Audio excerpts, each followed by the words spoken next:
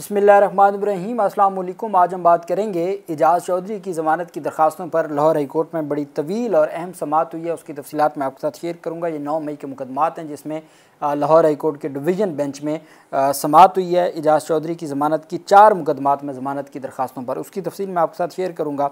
साथ में आपको बताऊँगा शहबाज शरीफ का इमरान खान के ख़िलाफ़ हरजाना केस में जो पेशरफ सामने आई है उसके ऊपर भी हम बात करेंगे। पाकिस्तान तहरीक इंसाफ ने खैबर पख्तूनख्वा में सेनेट की टिकटें तकसीम कर दी हैं, उसके ऊपर भी हम बात करेंगे।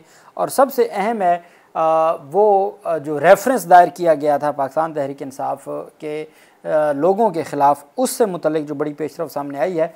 आज पाकिस्तान तहरीक इंसाफ ने इमरान खान के हुक्म पर असम्बली के बाहर ना सिर्फ असम्बली लगाई है बल्कि 3 करारदादें भी मंजूर की हैं। वो भी तफसीलात मैं आपके साथ शेयर करूँगा। सबसे पहले मैं आपको बताता चलूँ कि पाकिस्तान तहरीक इंसाफ के सरबराह इमरान खान की मुकदमात में 9 मई के मुकदमात में ज़मानत की दरख्वास्तें खारिज हुई थी। तहरीरी हुक्मनामा आ गया। 7 एजाज़ चौधरी की ज़मानत की दरख्वास्तें थीं। एजाज़ चौधरी ने अपनी दरख्वास्त ज़मानत को एडजर्न करवा लिया था ताकि ये इकट्ठी डिसाइड ना हो। आज एजाज़ चौधरी की ज़मानत की दरख्वास्तों पर समाअत हुई 10 जुलाई 2025 को और अदालत में जस्टिस रिजवी शहबाज रिजवी और उनके साथ जस्टिस असजद जावेद घुराल साहब, ये 2 रुकनी बेंच था जिसने समाअत की है।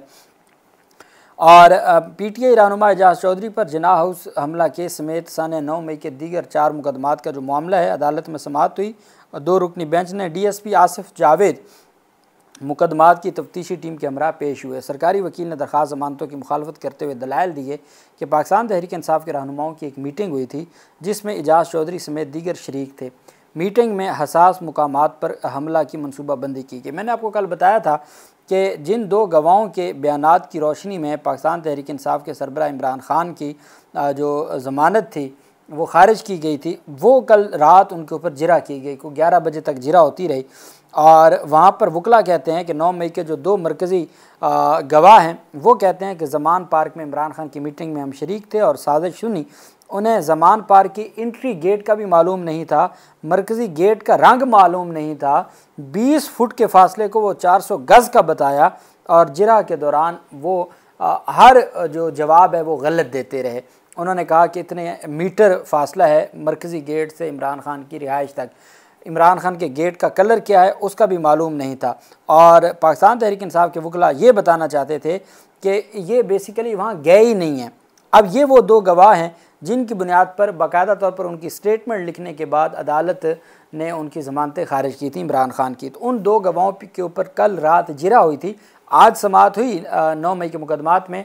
चूँकि बारिश बहुत ज़्यादा थी और ना वकला आ सके, ना गवाहान आ सके, ना मुलजमान आ सके, तो और साथ लाइट नहीं थी तो कोई बिजली का बंदोबस्त नहीं था। तो जज साहब ने बरहमी का इज़हार किया कि जो कोट लखपत जेल में कमरा अदालत है वहाँ बिजली का बंदोबस्त किया जाए और वहाँ आप उसका जो कनेक्शन दें जनरेटर का, ताकि जनरेटर के ज़रिए अदालत में लाइट का बंदोबस्त किया जा सके। और साथ चूँकि पानी था और कोई कार्रवाई आगे ना बढ़ सकी और अदालत जिना हाउस केस को 19 जुलाई तक और बाकी इस मुकदमात को 12 जुलाई तक एडजर्न करके अदालत जज साहब वापस तशरीफ़ ले गए।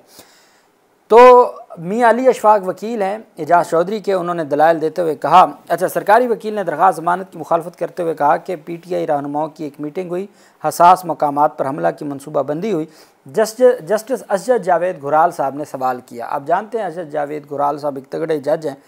असजद जावेद घुराल ने प्रोसिक्यूटर से मुकालमा करते हुए कहा कि बताएं इस मीटिंग में शरीक कितने मुलजमान इस वक्त गिरफ़्तार हैं। सरकारी वकील ने जवाब दिया कि कई मुलजमान गिरफ़्तार और कई मफरूर हैं। शाह महमूद कुरैशी, डॉक्टर यास्मीन राशिद, उमर सरफराज चीमा, मियां महमूद रशीद समेत दीगर गिरफ़्तार हैं, जबकि हमाद अज़हर समेत कई मुलजमान मफरूर और इश्तिहारी हैं। जस्टिस असजद जावेद घुराल ने इस्तफ़सार किया कि क्या किसी शरीक मुलज़म की बाद अज़ गिरफ़्तारी की दरख्वास्त ज़मानत मंजूर हुई है। ख़ुद एजाज़ चौधरी की सुप्रीम कोर्ट से ज़मानत बाद अज़ गिरफ़्तारी मंजूर हुई है। तमाम मुकदमात में इल्ज़ाम साजिश का है और उस पर सुप्रीम कोर्ट ज़मानत मंजूर कर चुकी है। जब सुप्रीम कोर्ट इसी मुलज़म की ज़मानत मंजूर कर चुकी है तो बाकी मुलज़मान की ज़मानत का ताल्लुक़ ही ख़त्म हो जाता है। सरकारी वकील ने जवाब दिया, जी किसी मुलजमान की ज़मानत बाद अज़ गिरफ़्तारी मंजूर नहीं हुई। एजाज़ चौधरी की जानिब से पेश होने वाले वकील ने बताया कि कई मुलजमान की ट्रायल कोर्ट से बाद अज़ गिरफ़्तारी की दरख्वास्त ज़मानतें मंजूर हो चुकी हैं।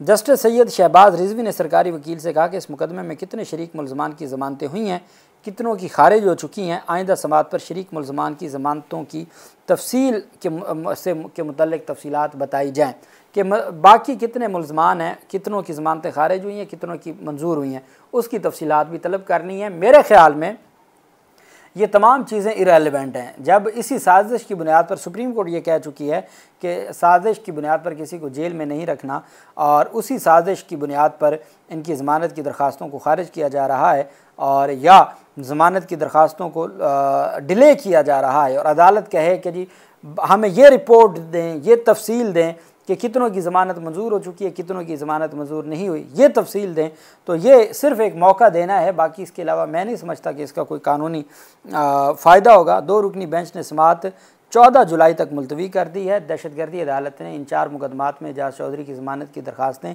खारिज की थी और उस पर मैं ये समझता हूँ कि लाहौर हाई कोर्ट का फ़ैसला आ जाने के बाद बाकी ज़रूरत ही सुप्रीम कोर्ट का फ़ैसला आ जाने के बाद बाकी किसी फार्मेलिटी की ज़रूरत ही नहीं रहती। लेकिन चूँकि अदालती एक निज़ाम है और उसी के मुताबिक हमने आगे बढ़ना है, तो अदालत ने 14 जुलाई तक समात मुलतवी कर दी। वहीं पे इमरान खान के ख़िलाफ़ जो शहबाज शरीफ का हद के इज़्ज़त का दावा था, उसमें एक दरख्वास्त दायर की गई थी कि लीगल नोटिस पहले जमा नहीं करवाया गया था। लीगल नोटिस वो बेसिक रिक्वायरमेंट है कि आपने हद के इज़्ज़त का दावा दायर करना है तो सबसे पहले आप लीगल नोटिस भेजते हैं। लीगल नोटिस का जवाब नहीं आता या लीगल नोटिस का जवाब ऐसा आता है जिससे आप सेटिस्फाई नहीं होते तो आप दावा दायर करते हैं। फिर उसके साथ आप लीगल नोटिस की कॉपी लगाते हैं कि ये लीगल नोटिस हमने भिजवाया था और ये उसकी फ़ोटो कॉपी है। तो अब फ़ोटो कॉपी की कानून की नज़र में हैसियत नहीं है जब तक कि आप एप्लीकेशन दें और अदालत अलाउ करे सेकेंडरी एविडेंस की, कि आप सेकेंडरी एविडेंस देना चाहते हैं और उसको अदालत अलाउ करे। इसके अलावा जो फ़ोटो कॉपी की कोई हैसियत नहीं है।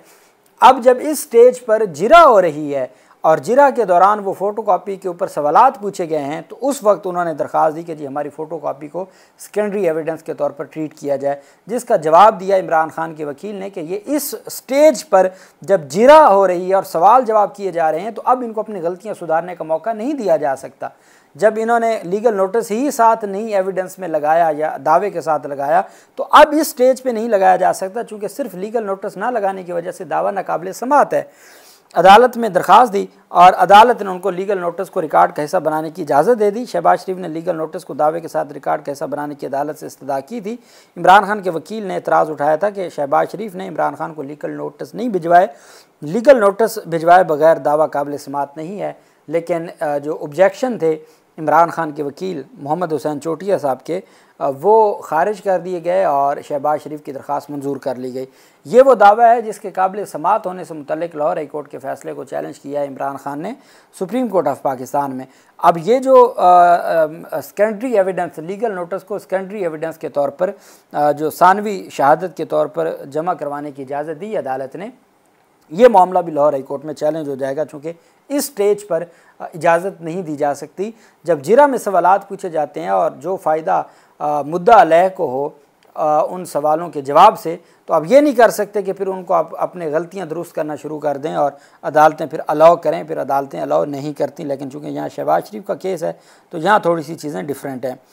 अच्छा जी, दूसरी जानिब पाकिस्तान तहरीक इंसाफ ने सेनेट की नशिस्तों पर बाकायदा तौर पर टिकट जारी कर दिए हैं।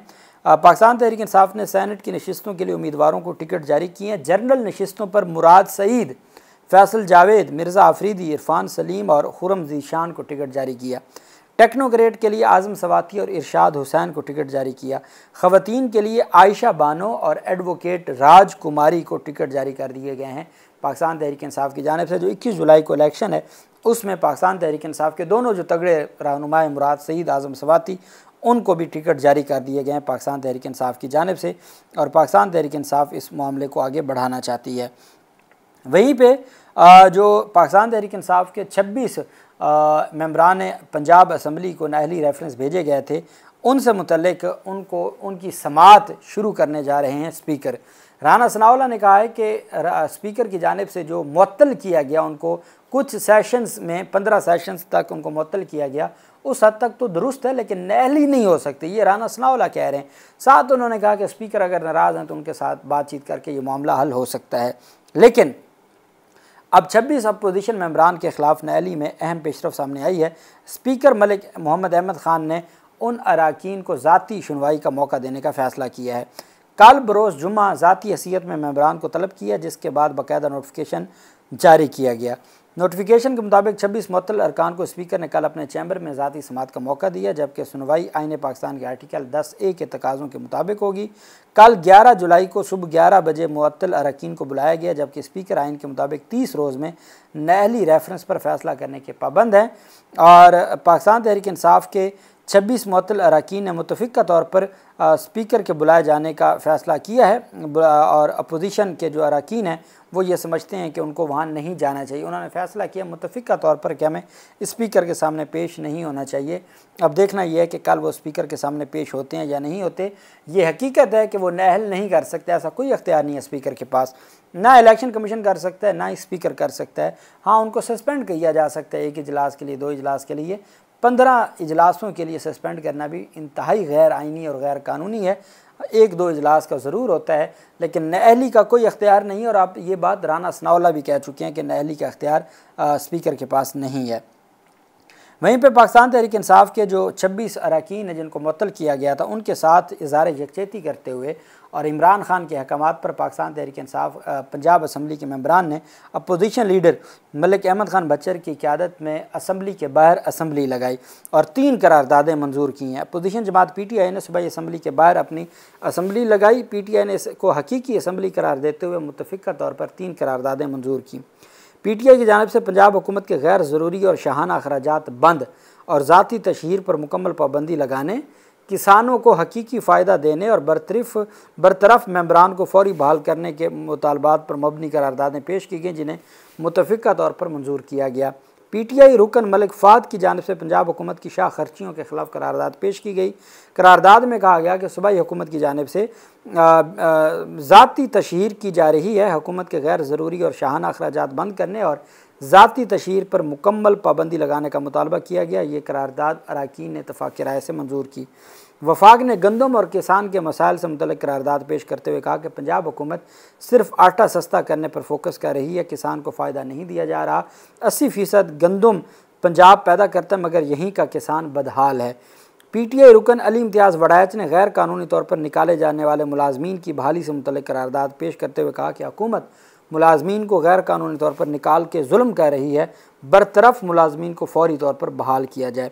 मरियम नवाज़ की तकरीर के दौरान एहतजाज करने पर इन अरकान को मुअत्तल किया गया था, और वो आज पूरी जो पाकिस्तान तहरीक इंसाफ के 106 मेंबरान हैं उन्होंने असम्बली के बाहर असम्बली लगाई और आवाम के लिए, पब्लिक इंटरेस्ट में, किसानों के लिए, सरकारी मुलाजमीन के लिए और जो शाह खर्चियाँ हैं ज़ाती तशहीर पर, उसके ख़िलाफ़ 3 करारदादें मुतफ़िक़ा तौर पर मंजूर की हैं।